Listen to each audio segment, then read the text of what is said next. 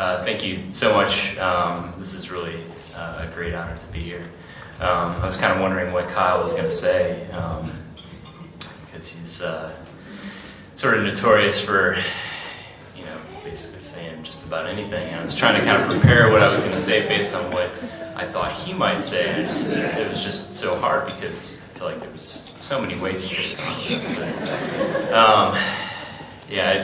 The good news for Kyle is that I don't think very well on my feet, so like 15 minutes from now I'm gonna have a really, really good, funny retort. So come find me afterwards. It's just a great honor to be here, especially on Heritage Weekend, where we're celebrating the legacy of Taylor. Just to be able to be inducted today is quite a privilege.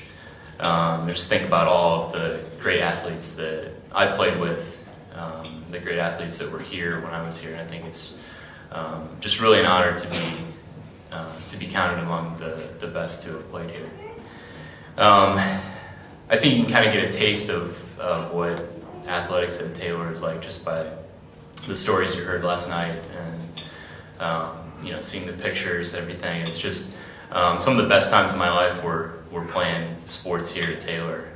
I've got so many stories of just really funny things.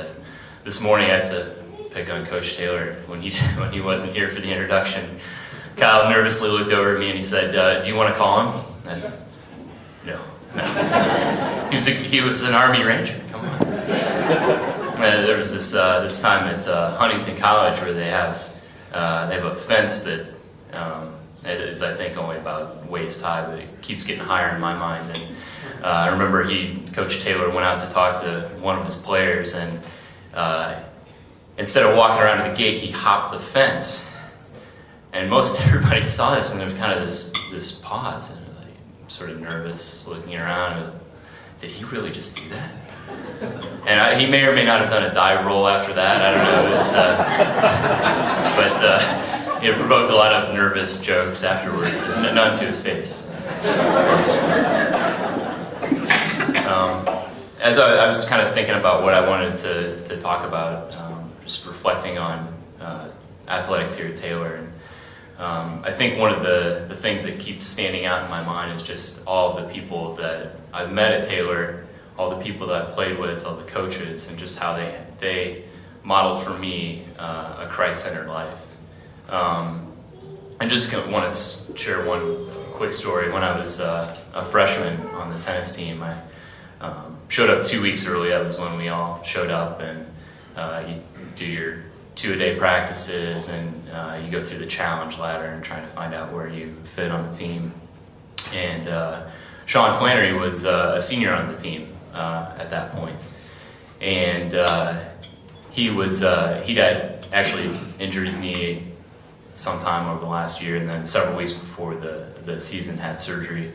And if you know Sean now but didn't know him then, you probably wouldn't have recognized him then, because he was, I don't know, probably 50 pounds heavier than what he is right now, and not exactly moving well. And I know that he probably didn't get to practice much that summer. And I was fortunate enough to work my way through the challenge ladder, and ended up beating Sean and the last leg of that, and got to play #1 singles that year.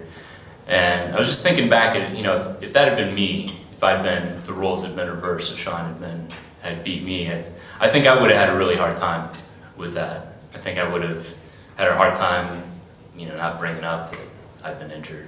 I just had knee surgery, and it wasn't going real well, and that's probably why I lost.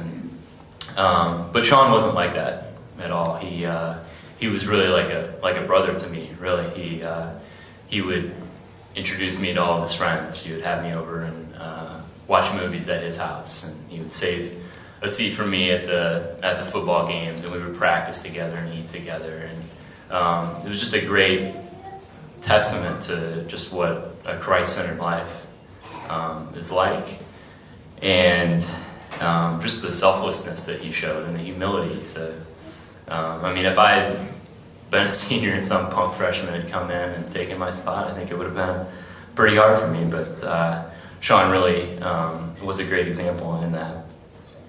And I was kind of thinking about how just, hoping to kind of tie the story into something that, Sean taught me about selflessness, and this is how I've been selfless. And I think the reality of it is that it's something that I struggle with.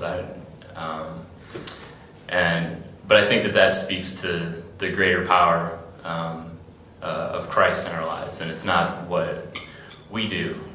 It's not the examples, but it's the power of Christ in our lives. And I think Sean demonstrated that really well. And I mean to single Sean out because there were lots of other examples. I think about Coach Taylor and Coach Winterholder and Coach Rakes, and just all the friends that I had, Kyle and Brian, and just countless other people in my life. Have just shown just how Christ can work in our lives and the difference that he can make. So again, it's just a great privilege for me to be here, to be able to thank those people. I think it'd be remiss if I didn't thank my parents as well for how they've done the same thing and supported me through all this. So thank you again.